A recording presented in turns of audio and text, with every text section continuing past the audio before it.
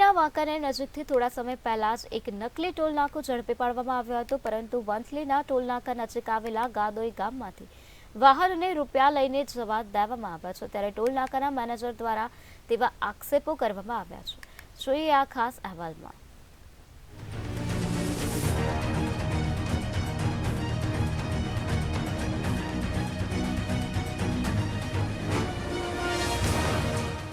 ટોલનાકાથી બચવા ગાડીઓ ગાદોઈ ગામમાંથી પસાર થતી હતી.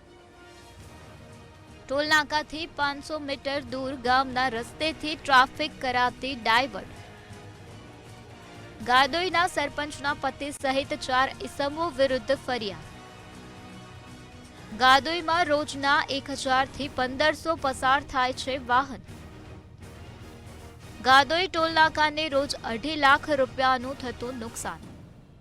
જેતપુરથી સોમનાથ જતા નેશનલ હાઈવે પર વંથલી નજીક ગાદોઈ ટોલનાકું આવેલું છે. આ ટોલનાકાની બિલકુલ નજીક ગાદોઈ ગામ આવેલું છે, જ્યાં ટોલ ન ભરવો પડે તે માટે વાહનો ટોલનાકાના બદલે ગામમાંથી પસાર થાય છે. ત્યારે 2 દિવસ પહેલા ટોલનાકાના માણસો અને ગાદોઈ ગામના લોકો વચ્ચે માથાકૂટ થઈ હતી, જેને લઈ ટોલનાકાના માણસો અને ગાદોઈ ગામના સરપંચના પતિ સહિત 4 ઇસમો વિરુદ્ધ વંથલી પોલીસ સ્ટેશનમાં ફરિયાદ દાખલ કરવામાં આવી હતી, જેનું મુખ્ય કારણ હતું ટોલનાકું બચાવવા માટે ભારે વાહનો અને 4 व्हीलर સિવાયની બીજી ગાડીઓ ગાદોઈ ગામમાંથી પસાર થતી હતી.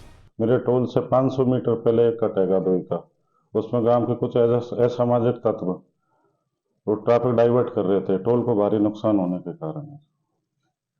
क्यों डाइवर्ट कर रहे थे, उसका पर्पस क्या होता है? पर्पस ये है, उस पे जो कुछ बंदे हैं जो गांव के कुछ पैसे लेकर उसको जो उधर से निकाल देते. मेरे को पर डे का 2 से 2.5 लाख रुपए का नुकसान हो रहा है. और ये गांव वाले कितना लोग वहां से पैसे लेते, कितना लेते हैं? नहीं, गांव वाले कुछ मतलब जैसे कार का, जैसे मेरे टोल पे 115 रुपए है तो कोई 50 रुपए भी ले लेते, 70 रुपए भी ले लेते, उस हिसाब से बड़ी गाड़ियों से 200-250 रुपए ले लेते.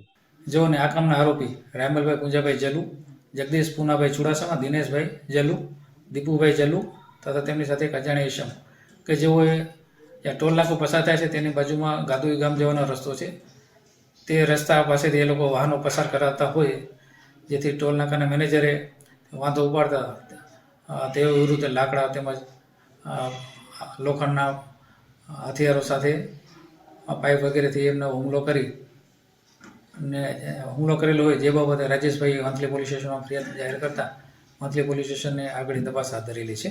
2 દિવસ પહેલા અહીંયા બંધ કરેલો, જેવા 15 થી 20 જણા આવેલા અહીંયા રસ્તો બંધ કરવા માટે, તો તેની જાણ મને થઈ અને હું અહીંયા આવ્યો.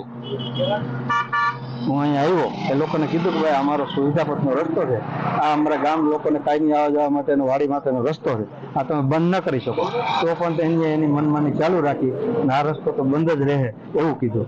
ગાદોઈ ટોલનાકાના મેનેજર મહાવીરસિંહ મીનાએ જણાવ્યું હતું કે ગાદોઈ ટોલનાકા નજીક અસામાજિક તત્વો દ્વારા ટોલનાકાથી 500 મીટર દૂર ગામના રસ્તેથી ટ્રાફિક ડાયવર્ટ કરે છે, જેને લઈ ગાદોઈ ટોલનાકાને દરરોજના 2 થી 2.5 લાખ રૂપિયાની નુકસાની ભોગવવાનો વારો આવ્યો છે અને ગામમાંથી વાહનો પસાર કરી વાહન ચાલકો પાસેથી રૂપિયા ઉઘરાવે છે.